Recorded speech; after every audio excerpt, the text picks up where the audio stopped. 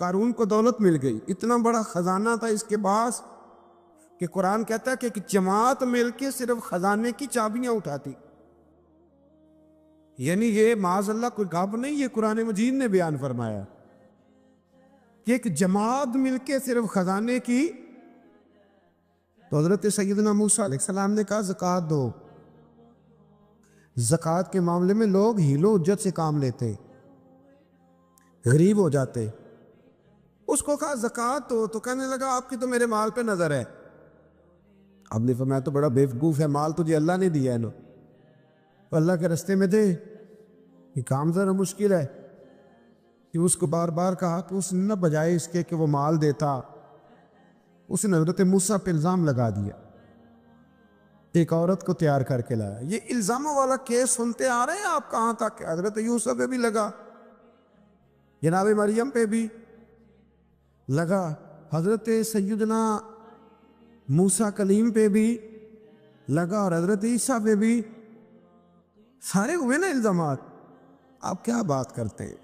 الزام لگانا، بہتان ترازی کرنا، اور ہمارے یہاں اچھی بات دل سے پھیلتی ہے، بری خبر وہ جلدی پھیل جاتی. ایک عورت کو تیار کر کے لایا معاذ اللہ تعالیٰ حضرت موسیٰ پر الزام لگانے کے لیے. اور جب وہ بی بی آپ کے سامنے لا کے کھڑی کی تو حضرت موسیٰ نے جلال فرمایا تجھے قسم ہے اللہ کی عزت کی، سچ سچ بتا معاملہ کیا ہے. تو وہ خاتون کانپنے لگی، کہنے لگی میں موسیٰ کلیم کے سامنے کیسے کھڑی ہو سکتی؟ مجھے تو اس نے پیسے دے کے تیار کیا، مجھے اس نے مجھے پیسے دے کے تیار کیا، اور بڑی اس نے مجھے تکلیف دی ہے. یہ جب کہا تو حضرت موسیٰ علیہ السلام رونے لگے کہ تو سارا کچھ کرتا پر میری سفید چادر پہ داغ تو نہ لگانے کی کوشش کر. آپ رونے لگے. آپ یقین کریں لوگ تکلیف دیتے ہیں بعضوں کا، ایسی بات کرتے ہیں جس کا کوئی وجود نہیں ہوتا. تو یہ کچھ لوگ کر دیتے ہیں لیکن وہ سمجھتے نہیں. کہتے ہیں آپ حوصلہ کریں، آپ درویش ہیں. حضرت موسیٰ سے بڑا درویش کون ہوگا؟ کلیم تھے نا اللہ کے، بڑا جگرا ہے نا. لیکن رو پڑے، کہنے لگے تجھے ایسا نہیں کرنا چاہیے. کہنے لگے اللہ اب اسے سزا دے. تو رب کریم نے اس کے سارا ساز و سامان سمیت اسے زمین میں دھنسا دیا. وہ زمین میں غرق ہو گیا اپنے خزانے سمیت. امام اعظم ابو حنیفہ رحمۃ اللہ تعالیٰ علیہ کچھ لوگ حسد کرنے لگے تو ایک عورت ایک دفعہ آ گئی، کہنے لگی کوئی مسئلہ پوچھنا ہے. یہ بڑا کٹھن سا معاملہ ہوتا ہے، جو آدمی جو کام کر رہا ہوتا ہے وہی روپ دھار لیتے. مسئلہ کچھ نہیں، اندر آئی تو باہر سے شور ہو گیا. لوگ آ گئے، کوتوال کو بلا لیا، معاذ اللہ امام صاحب کے پاس بی بی ہے، جیل میں لے گئے، سویرے فیصلہ کریں گے. رات کو ساری رات امام اعظم نے نماز پڑھی، ساری رات، اور کہنے لگے اے اللہ اب تو میں بوڑھا ہو گیا، اس حال میں اب ان سوالوں کا جواب دوں گا. وہ عورت بھی ساتھ بند تھی. اس عمر میں ان سوالوں کے جواب یار بڑا مشکل ہوتا ہے. اللہ اکبر. اس عمر میں امام صاحب رو رہے تھے تو اس عورت کا دل نرم ہو گیا. امام صاحب سے کہنے لگی مجھے غلطی ہو گئی، میں نے پیسے کسی سے پکڑ لیے تھے. حضور آپ تو اللہ کے نیک بندے. امام صاحب کہنے لگے اب ایک نیکی کر، کوتوال سے کہہ کہ مجھے کوئی تکلیف ہے تو میں دوا کھا کے واپس آ جاؤں گا.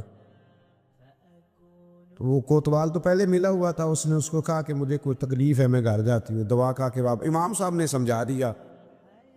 وہ گئی تو جو برقع اس نے پہنا ہوا تھا نا نقاب ساری عورتیں، وہ جا کے اس نے امام صاحب کی بیوی کو دیا. امام صاحب نے اس کو سمجھا کے بھیجا تھا. وہ برقع گھر لے گئی اور جا کے زوجہ کو ساری بات سنائی. وہ دوائی کھانے گھر چلی گئی اور زوجہ برقع پہن کے تھانے آ گئی. سویرے قاضی کے سامنے بھیج ہوئے تو کہنے لگا جی آپ اتنے بزرگ ہو کے عالم ہو کے بیوی کے ساتھ اکیلے. فرمایا میری بیوی ہے تو میں نے اکیلے ہی ہونا تھا اس کے ساتھ، اور کس نے ہونا تھا؟ جناب آپ کی بیوی. فرمایا بلاؤ میرے سسر کو، اور بلاؤ محلے کی 10-12 عورتوں کو بھی دیکھ لے. انہوں نے دیکھا تو امام صاحب کی بیوی نکل آئی. وہ جتنے تھے نا الزام لگانے والے وہ اب غور سے دیکھ رہے تھے. تو ایک کہنے لگا امام صاحب سے یہ کیا ہوا؟ فرمایا قرآن ہے وَتُعِزُّ مَن تَشَاءُ وَتُذِلُّ مَن تَشَاءُ. یہ قرآن ہے. ہونا کیا تھا؟ رب نے اپنا وعدہ سچا کر کے دکھایا ہے. تو اس نے بھی الزام لگایا، پھر سزا یہ ملی کہ وہ ہمیشہ کے لیے زمین میں دھنستا۔ دولت کون دیتا ہے؟ اللہ دیتا ہے نا، تو اگر اللہ کہے تھوڑی سی واپس بھی کرو، بندیاں دے خرچے بات جاندے دے، تھوڑی سی واپس مانگ لے تو ہاتھ تنگ ہو جاتا ہے۔ کہ خاتون نے ایک دفعہ مجھے پیغام دیا تو میں بڑی اس کی بات سن کے مجھے عجیب لگا۔ وہ کہنے لگی کہ دوسری جگہ میری شادی ہوئی ہے، مجھے طلاق ہو گئی تھی، تو مجھے ایک تانا روز سننے کو ملتا ہے تو اتنی اچھی ہوتی تو وہاں نہ رہ لیتی۔ تو بھئی یہ کوئی تانے والی بات ہے؟ کوئی ضروری ہے کہ بیوی غلط ہوتی ہے تو طلاق ہوتی ہے؟ اللہ کے محبوب علیہ السلام کی 2 صاحبزادیوں کو ابو لہب کے 2 بیٹوں نے طلاق بھیج دی تھی، کس کی غلطی تھی؟ تو آپ کیا کہہ سکتے ہیں یہاں کیوں طلاق؟ تو اتنی جلدی بات تھوڑی کر دیں گے آپ، تھوڑی احتیاط فرمائیں بولنے۔ حضرت عبداللہ ابن عباس فرماتے ہیں میرے نبی پاک علیہ السلام نے میری تربیت فرمائی، اور محبوب پاک علیہ السلام نے فرمایا عبداللہ یاد رکھنا، یہ نوجوان دوست میری بات لکھ لیں، پریشان لوگ میری بات لکھ لیں، جن کے پاس قوت فیصلہ نہیں وہ اس بات کو لکھ لیں۔ حضرت عبداللہ ابن عباس فرماتے ہیں میرے نبی پاک علیہ السلام نے مجھ سے فرمایا تھا عبداللہ سن، اگر ساری دنیا مل کے تیرا کوئی نفع کرنا چاہے کر نہیں سکتی جب تک میرے رب کی رضا نہ ہو، اور فرمایا ساری دنیا مل کے تیرا کچھ بگاڑنا چاہے تو عبداللہ بگاڑ نہیں سکتی جب تک رب کریم کی حکمت کا تقاضا نہ ہو۔ لوگوں سے ڈرنا، لوگوں کی طرف دیکھنا، ماحول دیکھ کے اپنے راہ کا تعین کرنا، ہر بندے کے خیالات کے مطابق ڈھلنے کی کوشش کرنا، فلانا نہ ناراض ہو جائے، فلانا نہ ناراض ہو جائے، وہ جس نے ہونا ہو جائے، بس رب رسول ناراض نہ ہو۔ اپنی زندگی میں اپنے مالک کو مولا جان کے، بل اللہ مولاکم، اللہ تمہارا مولا ہے، وَهُوَ خَيْرُ النَّاصِرِينَ، وہ بہترین مددگار ہے۔ توجہ جب بھی کریں رب کی جانب کریں، اپنے دل کا قبلہ درست رکھیں، سوچوں کے زاویے سیدھے رکھیں۔ میرے بھائی مالک جب بندوبست کر دے نا، جب مالک بندوبست کر دے پھر ایسا بندوبست کرتا ہے کہ لوگوں کے پاس نا چارہ نہیں رہتا۔ حضرت مریم رضی اللہ تعالی عنہا پاک باز تھی، مسجد میں رہی تھی، پر مالک کی حکمت کے تقاضے بڑے عجیب ہیں نا۔ پھر جناب مریم کو اللہ تعالیٰ نے بغیر شوہر کی اولاد عطا کر دی۔ یہ بات یہ ایسی تھی، کسی نے کہا تھا کہ مخلوق تو فنکار ہے اس درجہ کے پل بھر میں سنگے در کعبہ سے بھی اصنام تراشے، تم کون ہو کیا چیز ہے داغ کبابی، لوگوں نے تو مریم پہ بھی الزام تراشے۔ تو لوگوں نے کہا کدھر سے لے آئی بچہ، تیرا باپ تو ایسا نہیں تھا، کہاں سے لے آئی؟ اللہ کرے میں آپ کو سمجھا سکوں، ذرا اپنے آپ کو وہاں کھڑا کریں کہ ایک پاک باز عورت، پاک باپ کی بیٹی، طیب ماں کی بیٹی، اور اللہ کے گھر میں پرورش پانے والی خاتون، ایک وہ وقت اور ایک یہ وقت کہ اس عورت کو کٹہرے میں کھڑا کر کے پوچھا جا رہا ہے کہ معاذ اللہ تیری گود میں بچہ جائز نہیں ہے، کہاں سے لائی ہے؟ اب خود سے صفائیاں بندہ کتنی کو دے، کتنی کو وضاحتیں کرے۔ اور میں نے تو اپنی زندگی میں دیکھا ہے زیادہ وضاحت دینے والے کو بھی لوگ جھوٹا سمجھنے لگ جاتے ہیں، زیادہ وضاحت دینے پر بھی لوگ کمزوری کا اظہار سمجھتے ہیں کہ کمزور پڑ گئے۔ آپ صلح کی کوشش کرتے ہیں، سامنے والا بزدل سمجھ لیتا ہے، زیادہ وضاحتیں بھی کمزور کر دیتی ہیں۔ اب حضرت مریم کو کٹہرے میں کھڑا کر کے کہا بچہ کس کا ہے؟ تو پھر خدا بندوبست جب کرے، اللہ جب مددگار ہو، تو پھر حضرت مریم کی گواہی درختوں سے نہیں دلوائی، اس نے پتوں سے نہیں دلوائی، پھر فرشتے نہیں بھیجے۔ حضرت مریم کہنے لگی مجھ سے نہ پوچھو، وہ جو پنگوڑے میں ہے اسی سے پوچھ لو، ان سے پوچھو نا، وہ کون ہے پوچھ لو، ان سے کر لو سوال۔ انہوں نے کہا پنگوڑے میں چند دنوں کا بچہ یہ جواب دے گا؟ مددگار تھا رب، ان کی برات کا اعلان کرنا تھا مالک نے، اور جب مالک اعلان کر دے، جب مالک تیری صفائی دینا چاہے، جب مالک تجھے دنیا کے سامنے نکھارنا چاہے تو پنگوڑے میں لیٹے حضرت عیسیٰ بول کے کہنے لگے انی عبداللہ آتانی الکتاب، فرمایا میں اللہ کا بندہ ہوں، رب نے مجھے کتاب عطا کر کے نبی بنا کے دنیا میں بھیجا ہے، میں اللہ کا بندہ ہوں، کتاب لے کے آیا ہوں، نبی بن کے آیا ہوں۔ پھر پنگوڑے سے اعلان ہو گیا، پھر بچہ بول پڑا، اور یہ ایک دفعہ نہیں بات ہوئی۔ یہ بنی اسرائیل میں ایک جریج نام کے شخص بھی تھے جو نماز پڑھ رہے تھے، بعض نے لکھا ہے نفل نماز تھی، اماں نے پکارا تو آئے نہیں، تو ماں کے منہ سے نکل گیا تو اتنی دیر تک مرے گا نہیں جب تک کسی بے حیا عورت کا منہ نہ دیکھ لے۔ تو وہ عبادت گزار تھے، لیکن لوگوں نے ان کی عبادت، ریاضت، پرہیزگاری کو نہیں دیکھا، بس ایک عورت کو بھیج کے الزام لگوا دیا۔ وہ عورت آیا جایا کرتی تھی، اب آ جاتی ہیں عورتیں، مسئلہ پوچھنے کی نیت سے بھی آ جاتی ہیں۔ ماحول میں کچھ جگہ ایسی بھی ہیں جہاں عورتیں دم کرانے کے بہانے آ جاتی ہیں۔ وہ خاتون آتی جاتی تھی اس خانقاہ پہ، آستانے پہ، یہ بخاری میں موجود ہے، پھر اس نے کہا میری گود میں جو بچہ ہے یہ انہی کا ہے۔ مجھے بتائیں کیسے بندہ وضاحت دے؟ حالات خراب ہو گئے، لوگ کٹیا جلانے لگے، ماحول اور طرح کا بن گیا۔ میرے نبی پاک علیہ الصلوۃ والسلام فرماتے ہیں پھر اس رب کے بندے نے کہا مالک تو کریم ہے، تیری مشیت کا تقاضا آیا جو میری ماں نے جملے بولے تھے، پر اب میں وضاحت دینے کے قابل نہیں رہا، اب تو ہی کرم کرے گا تو دروازہ کھلے گا۔ تو وہ چند دنوں کا بچہ پنگوڑے میں بول کے کہنے لگا میں اس درویش کا نہیں، میں تو فلانے چرواہے کا بچہ ہوں، وہ جو بکریاں چراتا ہے۔ رب کی مدد کو پکاریں، اپنے ساتھ اپنے مالک کی مدد کو شامل کریں، تھوڑے رزق پر بھی گزارا اچھا ہونے لگ جائے گا۔ سارے لوگ آپ کو گرانے کی تدبیریں کر رہے ہوں گے اور مالک آپ کو عزتیں عطا فرما دے گا، اس کی بارگاہ سے حکمت کا تقاضا اور ہو جائے گا۔ ہم نے ساری زندگی لوگوں کو راضی کرنے میں گزار دی، ساری زندگی بڑھاپا آ گیا بچوں کو پالتے، اور بچوں نے آخری عمر میں کہہ دیا ابا اگر کوئی ڈھب کا کام کر لیتے تو آج ہمارے دن بھی پھر نہ جاتے۔ ساری زندگی گزار دی بہن بھائیوں کو راضی کرنے میں، ساری زندگی گزار دی ذمہ داریاں اٹھانے میں، ان کو 99 دفعہ دیا، ایک دفعہ نہیں دیا تو انہوں نے کہہ دیا تو نے تو کبھی دیا ہی نہیں، تو تھا ہی نہیں۔ ساری زندگی محلے داروں، علاقے والوں کو راضی کرنے میں گزار دی۔ اور میں نے ایسے لوگ بھی دیکھے دین کے لیے وقت گزارا، لیکن جب بڑھاپے میں دانت کام نہ کرتے تھے تو وقت کے مفتیوں کو بھی مسجدوں کی کمیٹیوں نے کہہ دیا اب آپ کی سمجھ نہیں آتی، ہم نے خطیب کو یور رکھنا ہے، نہ دیکھو دنیا کی طرف، دنیا رلا دیتی ہے، نہ راضی کرو بندوں کو، بندے تھکا دیتے، نہ پیچھے بھاگو ہر وقت دنیا داروں کے، یہ انسان کو کمزور کر دیتے ہیں۔ وہ تو کریم ہی بڑا ہے، 2 آنسو زمین پر بعد میں گرتے ہیں، بندے کے گناہ سارے پہلے معاف فرما دیتا ہے۔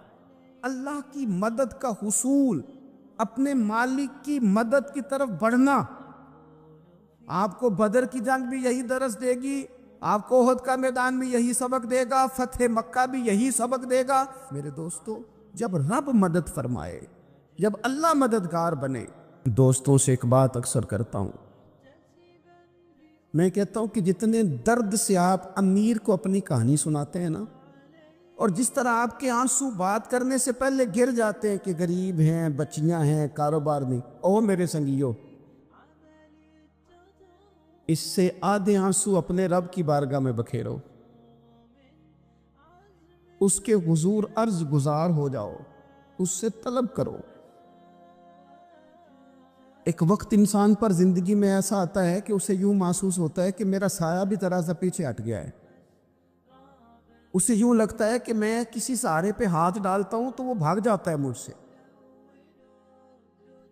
لیکن مالک کی بارگاہ ایسی عظیم بارگاہ ہے، رب رسول کے آستانے اتنے بڑے ہیں کہ آپ جب وہاں کشکول طلب دراز کرتے ہیں تو جھولی پھیلانے میں دیر لگتی ہے، ان کو بھرنے میں تو کوئی دیر نہیں لگتی۔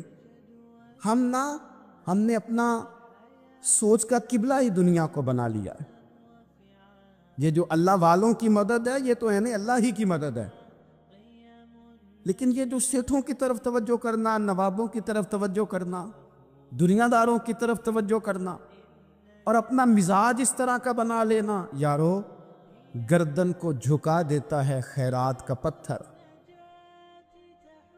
جہاں میں مانگنے والوں کے سر کبھی اونچے نہیں ہوتے۔ اور اقبال کہتے ہیں غیرت ہے بڑی چیز جہان تگ و دو میں، پہناتی ہے یہ فقر کو تاج سردارا۔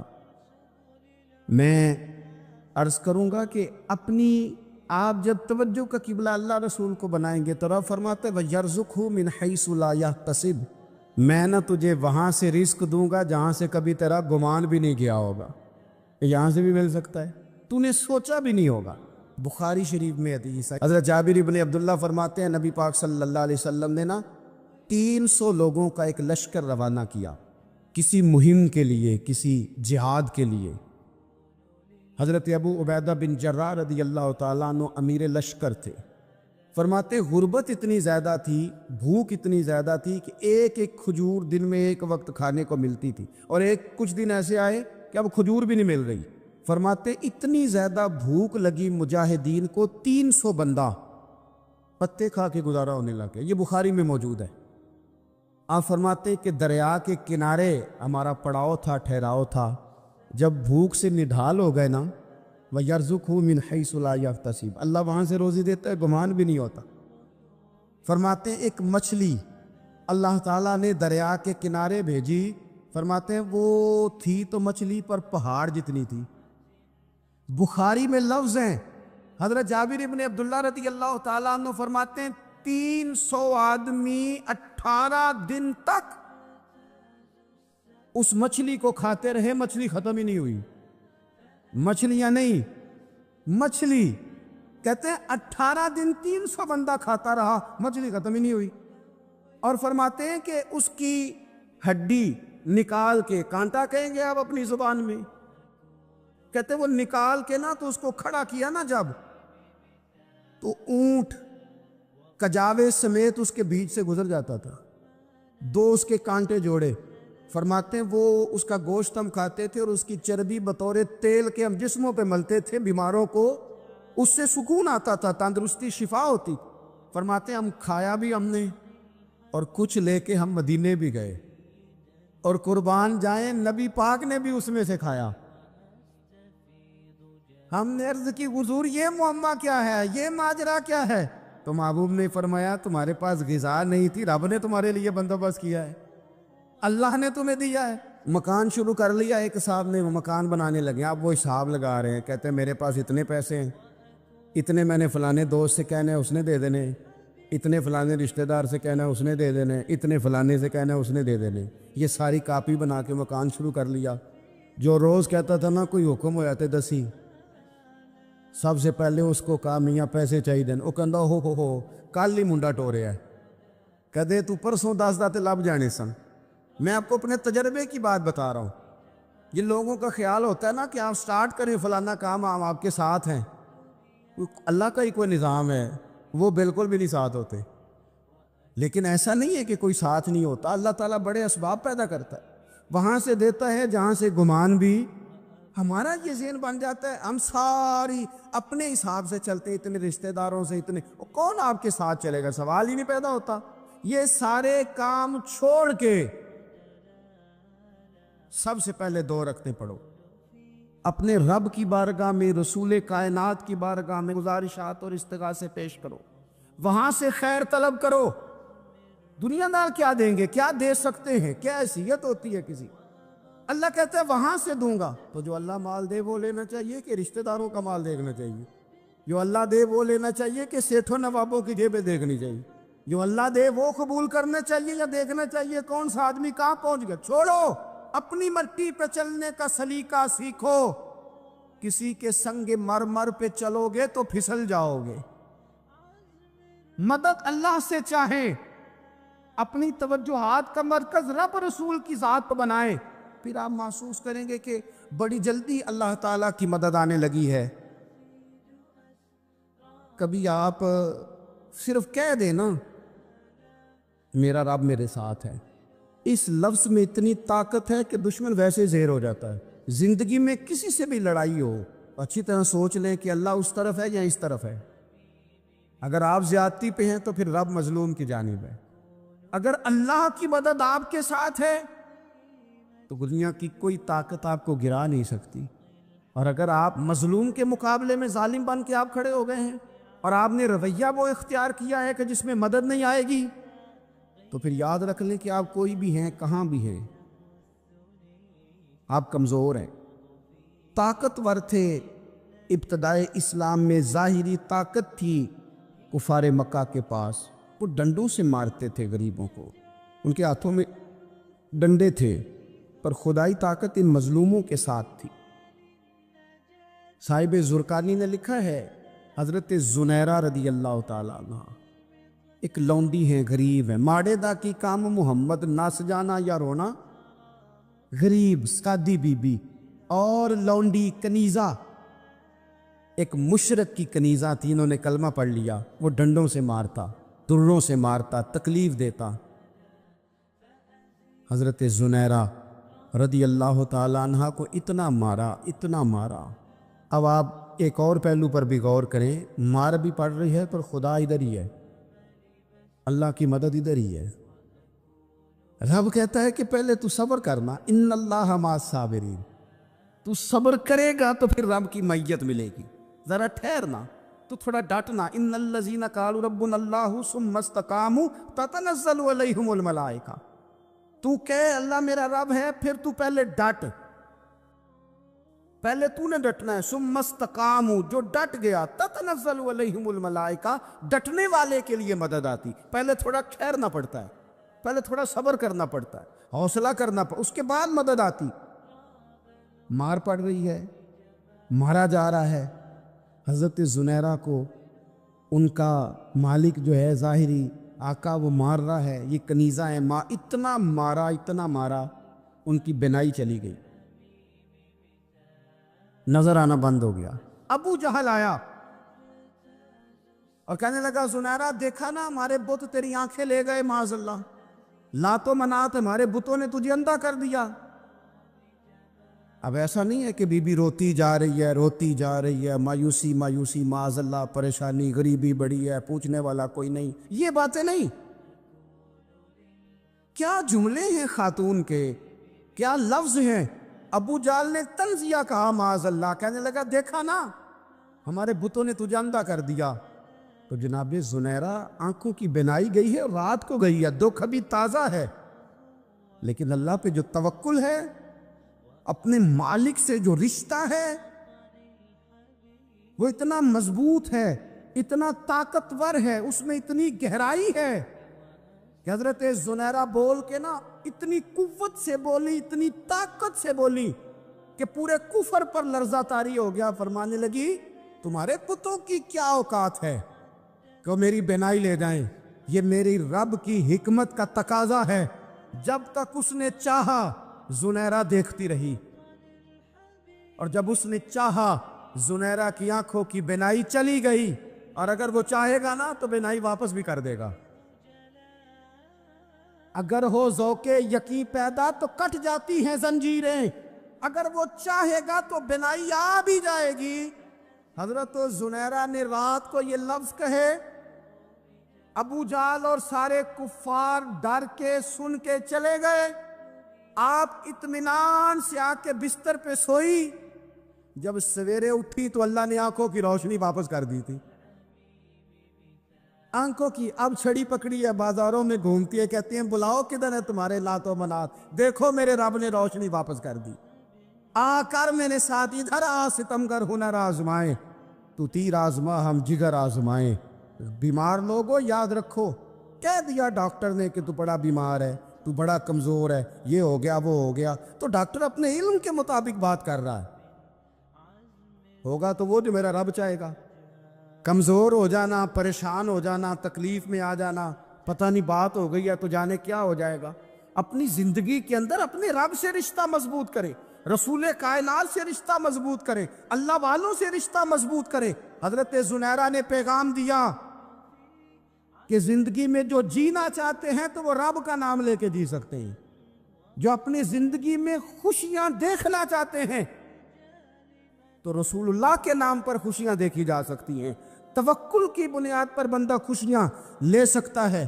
اور اگر انسان میں توکل نہیں ہے تو پھر وہ اس کالے جادو سے بھی ڈر رہا ہے, وہ نیلے سے بھی ڈر رہا ہے, وہ پیلے سے بھی ڈر رہا ہے, وہ فلانے سے بھی ڈر رہا ہے, وہ میرے خلاف فلانا رشتہ دار سازش کر رہا ہے تو ڈر رہا ہے, فلانا میرے بارے میں یہ کر رہا ہے تو ڈر رہا ہے, وہ پتہ نہیں دنیا ادھر ہو جائے گی تو کیا ہو جائے گا. اٹھ باندھ کمر کیوں ڈرتا ہے, پھر دیکھ خدا کیا کرتا ہے. تو اس ساری گفتگو کا نچوڑ آپ کو یہ عرض کیا ہے.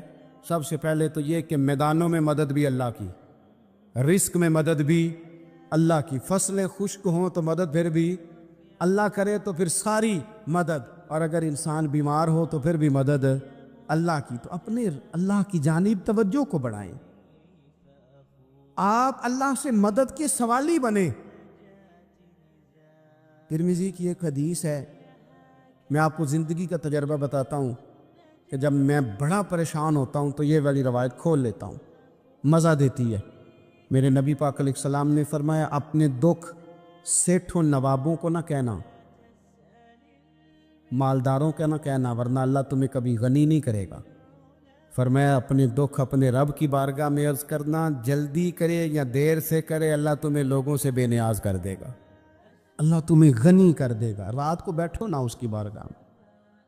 امام غزالی سے کسی نے پوچھا تھا, امام غزالی سے, کہ حضور اللہ کا بندے سے راضی ہونا کمال ہے یا بندے کا اللہ سے راضی ہونا کمال ہے؟ تو امام غزالی مسکرائے, فرمانے لگے رب تو بڑا ہی مہربان ہے, وہ تو بڑی جلدی راضی ہو جاتا ہے. وہ تو مسجد میں آ کے توبہ کرے تو اللہ راضی, کسی یتیم کے سر پہ ہاتھ پھیرو تو اللہ راضی, وہ تو کسی اندھے کو رستہ دکھایا تو اللہ راضی ہو گیا, وہ تو طوائف نے کتے کو پانی پلایا تو اللہ. امام صاحب فرمانے لگے یہ بندہ ہے جو اللہ سے راضی نہیں ہوتا. جس کے پاس اولاد نہیں وہ کہتا ہے چلو ایک بیٹی مل جائے تو میں راضی ہوں, بیٹی مل گئی تو کہتا اب ایک بیٹا بھی ملے تو پھر راضی ہوں, پھر کہتا ہے یہ دونوں اچھی تعلیم حاصل کر لے تو پھر میں راضی ہوں, پھر کہتا ہے یہ بہت زیادہ پیسے کمائے تو پھر میں راضی ہوں. بہرحال راضی ہوتا, لیکن جو راضی ہو جاتا ہے نا, اللہ اکبر, جو اللہ سے راضی سکھی بڑا رہتا ہے, سکون میں بڑا رہتا ہے, مطمئن بڑا رہتا ہے. جو سمجھ لیتا ہے نا کہ جو میرے رب نے بہتر سمجھا وہ میرے اللہ نے مجھے. میں کبھی کبھی سوچتا ہوں کہ یار حضرت بلال حبشی نے کوئی عہدہ نہیں مانگا ساری زندگی, انہوں نے نہیں کہا مجھے بھی ایک صوبے کا گورنر بناؤ میری بھی خدمات ہے, مجھے بھی وزیر خزانہ بناؤ میرا بھی کچھ بنتا ہے. ایک دفعہ نہیں کہا سیدنا بلال حبشی رضی اللہ تعالیٰ عنہ نے کہ میری بھی کوئی ڈیوٹی ایسی ہونی چاہیے کہ مجھے چلو سپہ سالار ہی بنا دیا جائے. ساری زندگی مسجد میں جھاڑو دیا تو اسی پہ راضی رہے, ساری زندگی محبوب کے مہمانوں کا لنگر پکایا تو اسی پہ راضی رہے, ساری زندگی میرے محبوب علیہ السلام کے بچوں کی نوکری کی تو اسی پہ راضی رہے, راضی بالرضا رہے. حضرت سیدنا موسیٰ علیہ السلام نے عرض کی کوہ طور پہ جا کے, مولا میری قوم پوچھتی ہے کہ کوئی ایسا کام بتا جو ہم کریں تو ہم سے راضی ہو جائے. حضرت موسیٰ کی قوم کا خیال تھا کہ تہجد کا حکم آئے گا تو پڑھیں گے, صدقات کا حکم آئے گا تو دیں گے, جہاد کی بات ہوگی تو کریں گے. کچھ جو نیک لوگ تھے ان میں سے انہوں نے یہ پیغام دیا کہ مالک ہمیں بتائے کہ وہ کس کام پہ راضی ہوتا ہے, ہم وہ کام کریں تاکہ اللہ ہم سے راضی ہو جائے. حضرت موسیٰ کلیم کہتے میں نے عرض کی مولا میری قوم پوچھتی ہے کہ کون سا ایسا کام کریں کہ تو راضی ہو جائے. تو رب کریم نے ارشاد فرمایا موسیٰ کہتے میرا خیال تھا کوئی لسٹ ملے گی, لیکن مالک نے ایک جملہ کہا, ایک جملہ, اور تفسیروں کے دریاب آ دیے. عرش کے مالک نے فرمایا موسیٰ ان سے کہو جا کے کہ وہ مجھ سے راضی ہو جائے, میں ان سے راضی ہو جاؤں گا, مجھ سے راضی ہو جائے. بندے اللہ سے راضی ہی نہیں راضی ہوتے, اللہ کی رضا پہ راضی رہیں, مالک کے فیصلوں میں اپنے دل میں کوئی بوجھ محسوس نہ کریں, اپنی زندگی اللہ کے فیصلوں. دیکھیں نا, جو ماں باپ اللہ نے بڑے اچھے سمجھے وہ ہمارے لیے پسند کی, وہ اللہ نے ہمارے لیے جو اس نے ہمارے حق میں بڑے, جو بہن بھائی اللہ کرے آپ کو سمجھ آئے, جو بہن بھائی اس نے ہمارے حق میں بڑے اچھے سمجھے وہی بہن بھائی اس نے ہمیں عطا کیے. جس بیوی کو اس نے ہمارے گھر کے گلشن میں بہتر سمجھا اس کو لا کے اس نے ہمارے آنگن میں بٹھایا, اور جو اولاد اس نے ہمارے لیے باعث افتخار سمجھی، وہ اولاد اس نے ہمیں عطا فرمائی۔ حضرت نوح علیہ السلام کا بیٹا کافر ہو گیا، پر کسی جگہ انہوں نے شکوہ نہیں کیا کہ مالک یہ کافر کیوں ہوا۔ اللہ کے قبضے میں ہے نا دل، پھیر سکتے ہیں نا، مقلب القلوب ہے، لیکن حضرت نوح نے دعا اللہ کی رضا پر راضی رہے، سمجھو کہ میرے حق میں جو بہتر تھا مالک نے وہ چیز مجھے عطا